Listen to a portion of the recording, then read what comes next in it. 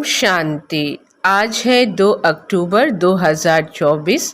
आइए सुनते हैं प्रातः मुरली बाप दादा मधुबन। जैसा कि हम सबको ज्ञात है कि आज 2 अक्टूबर जो है बहुत ही विशेष दिन है। भारत के जो राष्ट्रपिता है गांधी जी का आज जन्म तारीख है।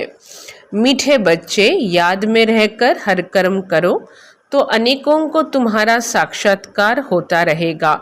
मीठे बच्चे याद में रहकर हर कर्म करो तो अनेकों को तुम्हारा साक्षात्कार होता रहेगा। प्रश्न है, संगम युग पर किस विधि से अपने हृदय को शुद्ध पवित्र बना सकते हो? संगम युग पर किस विधि से अपने हृदय को शुद्ध या पवित्र बना सकते हो? उत्तर में बाबा बोले, याद में रहकर भोजन बनाओ और याद में खाओ तो हृदय शुद्ध हो जाएगा। संगम युग पर तुम ब्राह्मणों द्वारा बनाया हुआ पवित्र ब्रह्मा भोजन देवताओं को भी बहुत पसंद है। जिनको ब्रह्मा भोजन का कदर रहता है वह थाली धोकर भी पी लेते हैं। महिमा भी बहुत है। याद में बनाया हुआ भोजन खाने से ताकत मिलती है, हृदय शुद्ध हो जाता है। ओम शांति। संगम पर ही बाप आते हैं। रोज बच्चों को कहना पड़ता है कि रूहानी बाप रूहानी बच्चों को समझा रहे हैं। ऐसा क्यों कहते हैं कि बच्चे अपने को आत्मा समझो? बच्चों को यह याद पड़े बरोबर बेहद का बाप है। आत्माओं को पढ़ाते हैं, सर्विस के लिए भिन्न भिन्न पॉइंट्स पर समझाते हैं। बच्चे कहते हैं सर्विस नहीं है, हम बाहर में सर्विस कैसे करें? बाप सर्विस की युक्तियां तो बहुत ही सहज बतलाते हैं। चित्र हाथ में हो, रघुनाथ का काला चित्र भी हो, गोरा भी हो, श्री कृष्ण का व श्री नारायण का चित्र गोरा भी हो, काला भी हो, भल छोटे चित्र ही हो। श्री कृष्ण का इतना छोटा चित्र भी बनाते हैं। तुम मंदिर के पुजारी से पूछ सकते हो इनको काला क्यों बनाया है जबकि असुल गोरा था। वास्तव में तो शरीर काला नहीं होता है ना। तुम्हारे पास बहुत अच्छे गोरे गोरे भी रहते हैं, परंतु उनको काला क्यों बनाया है? यह तो तुम बच्चों को समझाया गया है। आत्मा कैसे भिन्न भिन्न नाम रूप धारण करते नीचे उतरती है। क्या कह रहे हैं और क्या समझा रहे हैं बाबा? कि श्री कृष्ण का इतना छोटा चित्र भी बनाते हैं। तो मंदिर के पुजारी से पूछ सकते हो इनको काला क्यों बनाया है जबकि असुल गोरा था। वास्तव में तो शरीर काला नहीं होता है ना। तुम्हारे पास बहुत अच्छे गोरे गोरे भी रहते हैं, परंतु इनको काला क्यों बनाया है? यह तो तुम बच्चों को समझाया गया है। आत्मा कैसे भिन्न भिन्न नाम रूप धारण करते नीचे उतरती है। जब से काम चिता पर चढ़ती है तब से काला बनती है। जगन्नाथ व श्रीनाथ द्वारे में ढेर यात्री होते हैं।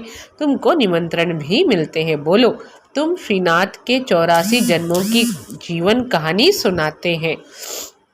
क्या कहते हैं और हमें क्या कहना है? बोलो, हम श्रीनाथ के 84 जन्मों की जीवन कहानी सुनाते हैं। भाइयों और बहनों आकर सुनो, ऐसा भाषण और कोई तो कर न सके। तुम समझा सकते हो यह काला क्यों बने हैं। हर एक को पावन से पतित जरूर बनना है। देवताएं जब वाम मार्ग में गए हैं तब उन्हें काला बनाया है। काम चिता पर बैठने से आयरन एजेड बन जाते हैं। आयरन का कलर काला होता है, सोने का गोल्डन, उनको कहेंगे गोरे। क्या कहा बाबा ने? कि आयरन का कलर काला होता है, सोने का गोल्डन, उनको कहेंगे गोरे। वही फिर 84 जन्मों के बाद काले बनते हैं। सीढ़ी का चित्र भी जरूर हाथ में हो, सीढ़ी भी बड़ी हो तो कोई भी दूर से देख सकेंगे अच्छी रीति, और तुम समझाएंगे कि भारत की यह गति है। लिखा हुआ भी है उत्थान और पतन। बच्चों को सर्विस का बहुत शौक होना चाहिए। समझाना है यह दुनिया का चक्र कैसे फिरता है।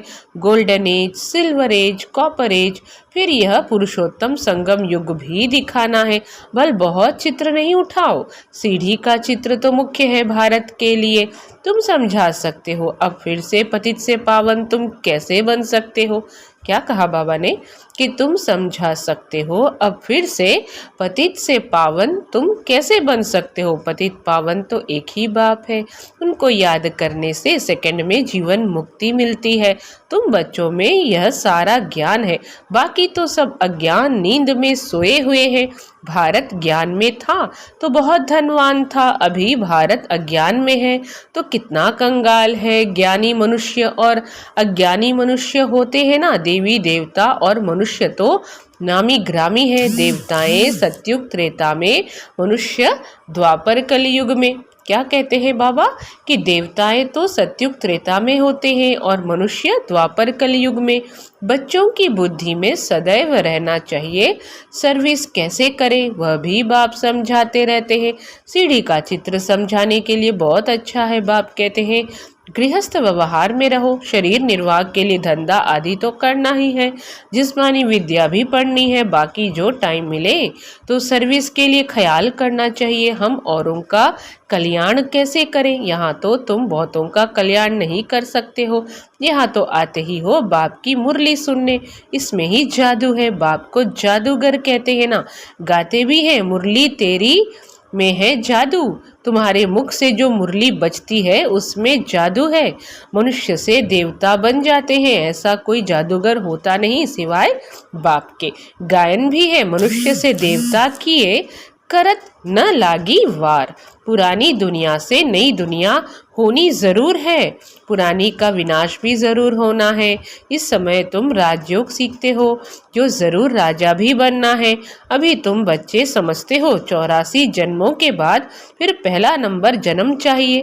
अभी थोड़ी देर पहले बाबा क्या समझाए कि पुरानी का विनाश भी जरूर होना है। इस समय तुम राजयोग सीखते हो, जो जरूर राजा भी बनना है। तो बाबा आज की मुरली में अपने को जादूगर बता रहे हैं कि ऐसा कोई जादूगर होता नहीं सिवाय बाप के। गायन भी है मनुष्य से देवता किए करत न लागी वार, पुरानी दुनिया से नई दुनिया होनी जरूर है, पुरानी का विनाश भी जरूर होना है। इस समय तुम राजयोग सीखते हो तो जरूर राजा भी बनना है। अभी तुम बच्चे समझते हो 84 जन्मों के बाद फिर पहला नंबर जन्म चाहिए, क्योंकि वर्ल्ड की हिस्ट्री ज्योग्राफी रिपीट होती है। सतयुग त्रेता जो भी होकर गया है सो फिर रिपीट होना है जरूर। सतयुग त्रेता जो भी होकर गया है सो फिर रिपीट होना है जरूर। तुम यहाँ बैठे हो तो भी बुद्धि में यह याद करना है कि हम वापस जाते हैं, फिर सतो प्रधान देवी देवता बनते हैं। क्या करना है हमने, क्या करते हैं हम? तुम यहाँ बैठे हो तो भी बुद्धि में यह याद करना है कि हम वापस जाते हैं, फिर सतो प्रधान देवी देवता बनते हैं। उनको देवता कहा जाता है। अभी मनुष्यों में दैवी गुण नहीं है तो सर्विस तुम कहाँ भी कर सकते हो, कितना भी धंधा आदि हो, गृहस्थ व्यवहार में रहते भी कमाई करते रहना है। इसमें मुख्य बात है पवित्रता की। प्यूरिटी है तो पीस प्रॉस्पेरिटी है।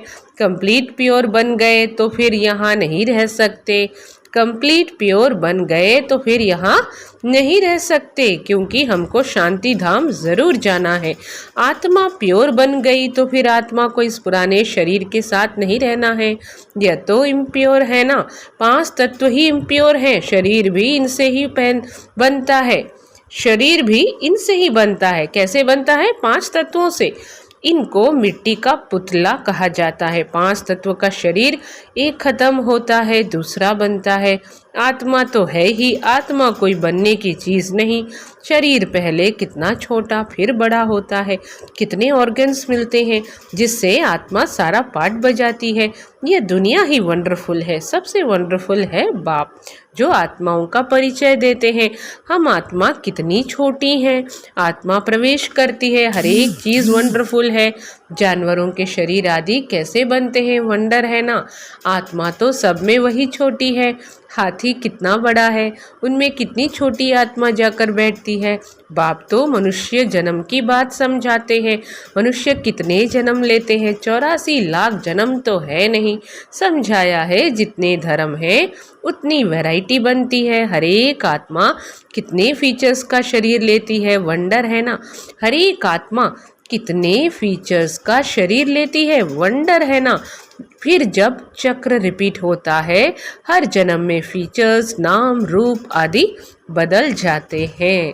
हर जन्म में क्या होता है, नाम रूप बदल जाते हैं। ऐसे नहीं कहेंगे कृष्ण काला कृष्ण गोरा, नहीं, उनकी आत्मा पहले गोरी थी, फिर 84 जन्म लेते लेते काली बनती है। तुम्हारी भी आत्मा भिन्न भिन्न फीचर्स, भिन्न भिन्न शरीर लेकर पार्ट बजाती है। यह भी ड्रामा है। तुम बच्चों को कभी भी कोई फिक्रात नहीं होनी चाहिए।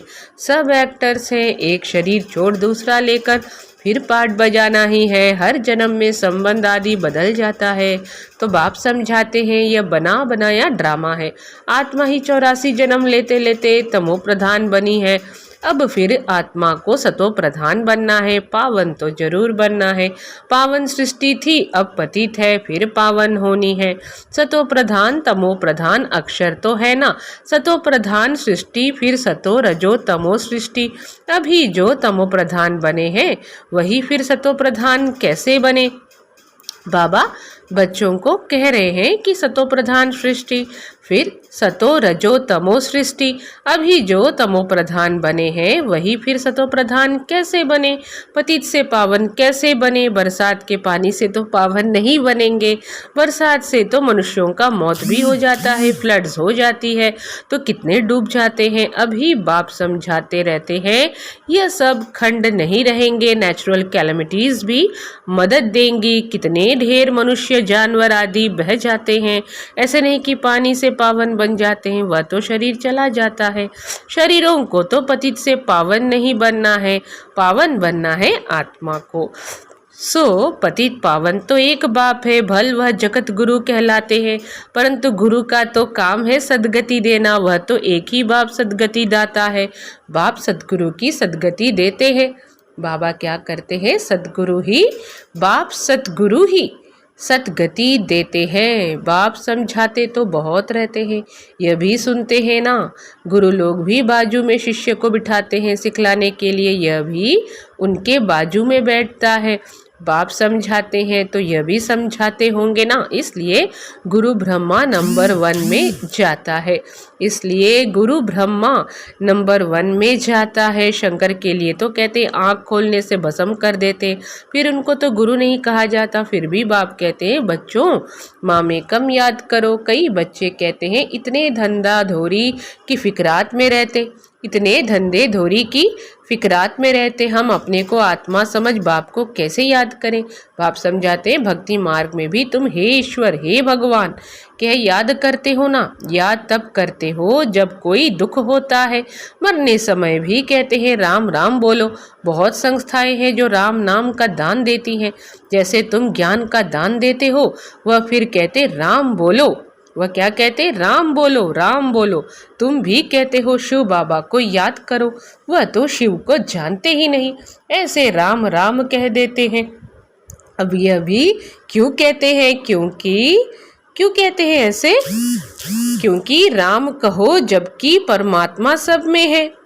ऐसे बाबा आज समझा रहे हैं कि वह तो शिव को जानते ही नहीं।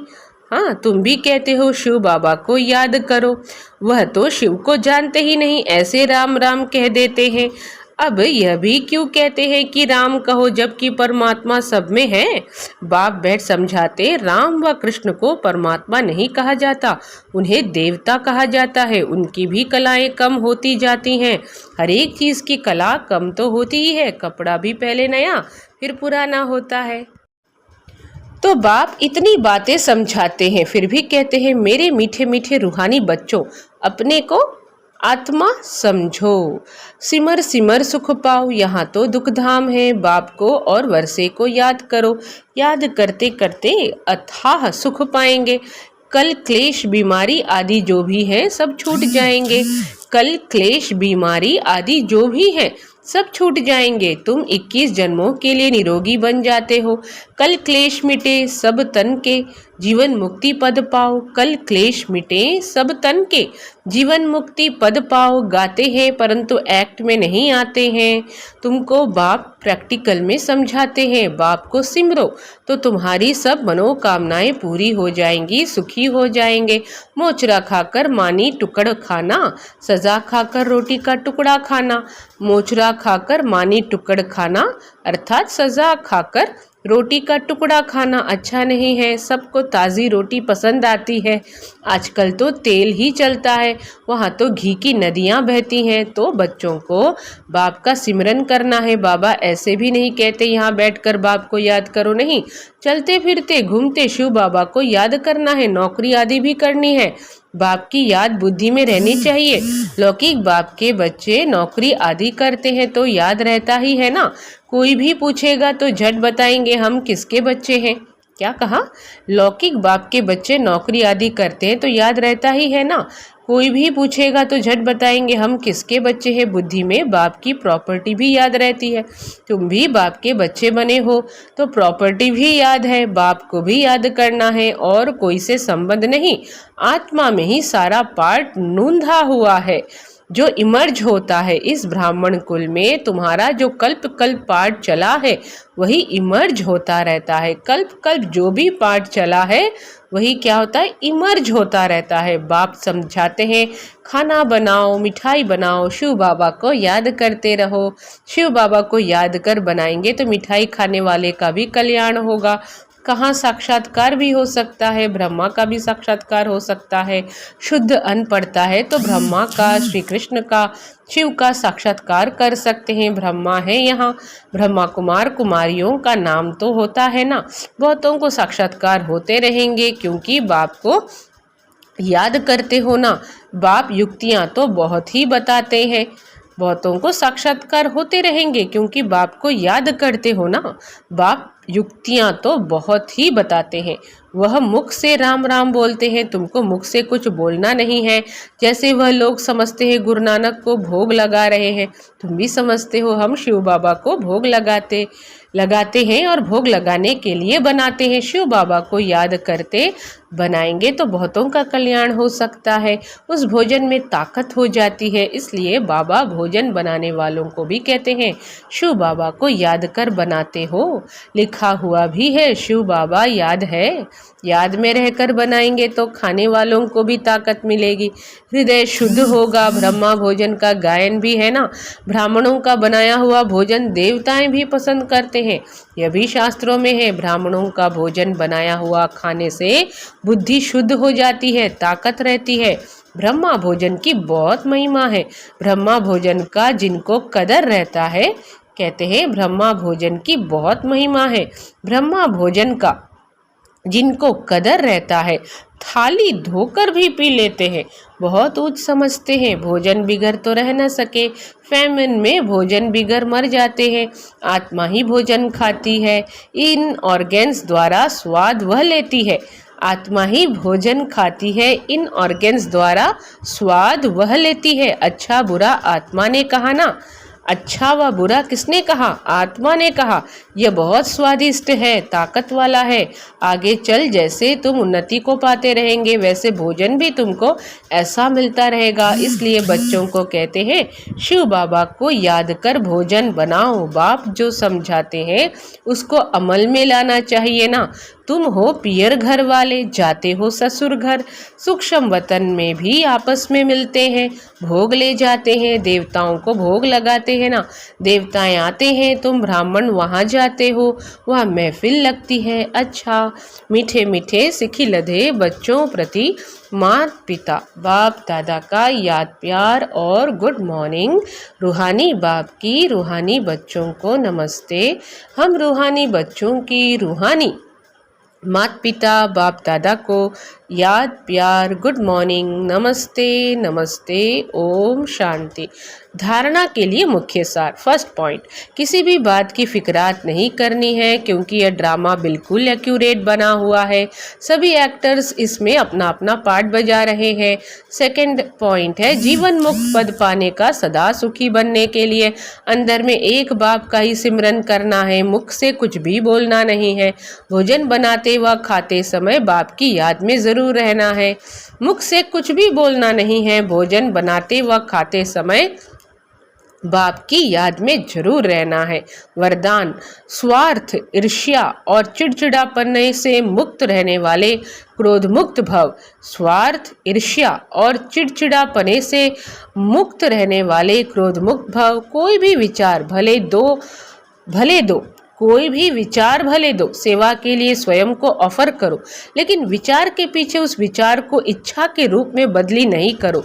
जब संकल्प इच्छा के रूप में बदलता है तो चिड़चिड़ापन आता है, लेकिन निस्वार्थ होकर विचार दो, स्वार्थ रखकर नहीं।